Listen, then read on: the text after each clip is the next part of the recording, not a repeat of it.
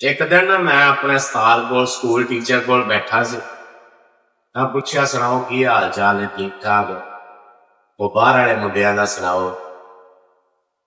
वो ना कहना भी ठीक है, लेकिन उन्होंने कहा भी बाहर वाले मुंडे मेरे नलैक ही है, ते जेड़ा इत्थे है ना मैं इन्हें ते बड़ा कुछ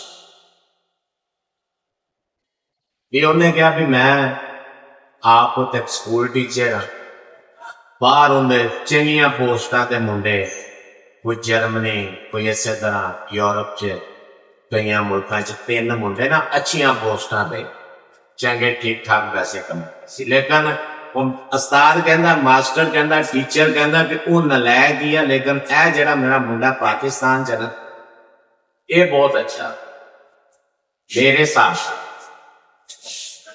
मैं पूछा, मैं कहा भी ये किवें भी वो ते माशाअल्लाह इन्ना कमांदे आ करदे आ ते वो नलैक ने। उन्हें कहा यार भी मैं जेड़ा ना अपने घर बैठा हुंदा सी ते मीटर क्लर्क आ जांदा सी, लैंडमैन आ जांदा सी, ते उन्हें एवें मैनू कहना भी तुहाडा मीटर क्यों स्लो चलदा, ते मैं अंदरों डर जाना, थ्रैड हो जाना, ओनू बौना, चाह पानी पिआना, लिया के ते जेड़ा करना भी, यानी ओनू खिदमत करनी।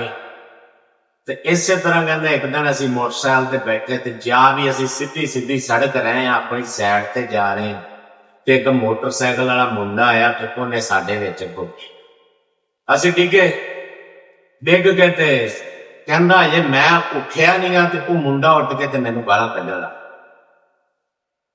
गालां कड्ढदा कड्ढदा कहंदा भी मेरा मुंडा उठिया ते उन्हें उठ के ते ओहदे कन्न ते डोल है, ते डोल ही कहंदा भी वो माफिया मंगण, डोल ही माफिया मंगण लग पिया भी माफ कर।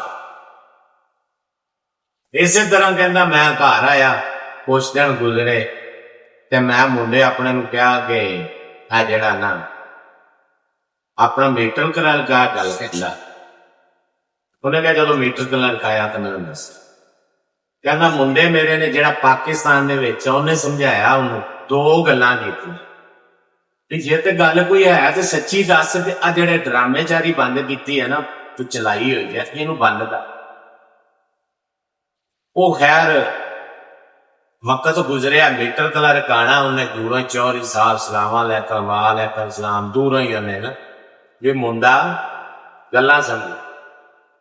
वक्त गुजरता रहा, इस तरह गुआढ़ियां की गड्डी सी ते साडा गेट सी, ते गेट दे दरवाजे खुलते सी बाहर। उस्ताद कहना, टीचर कहना, वो जो खोलना ना गेट वो बाहर नूं खुलना, ते गवांढियां ने गड्डी साडे गेट अगे ला। ते मैं एक दिन उन्होंने कह रहा, उन्होंने जो कहना ना मैं तो उन्होंने अग बगोला हो जाना, मेरे नाल लड़ाई का मूड बना लेना, यानी कि फुल लड़ाई वाला प्रोटोकॉल कर। ते मुंडा एक दिन उत्तों ही आ गया, उन्हें ना गल उन्होंने नाल दो चार लफ्जां की गल की, कहंदा ओही गड्डी ओही मालिक साडे दरवाजे अगे तो की अपने अगे भी नहीं हुण खड़ी कर। गल करन दा मकसद है कि दुनिया कोल अपने दो हथ ने, ए सज्जा हथ है ए खब्बा हथ है, ए सीधा है ए पुठा है। ये साडे कोल जेड़ा ना पहले तो गल सीधे नाल करो, जे सीधे नाल कोई नहीं मनदा तो फिर पुठे नाल कर। ए सज्जा हथ है, इहदे नाल असीं बड़े रोटी खाई दी है, यानी सीधे हथ नाल बड़े काम करी दे, पुठा हथ इहदे नाल भी असीं बड़े काम करी दे।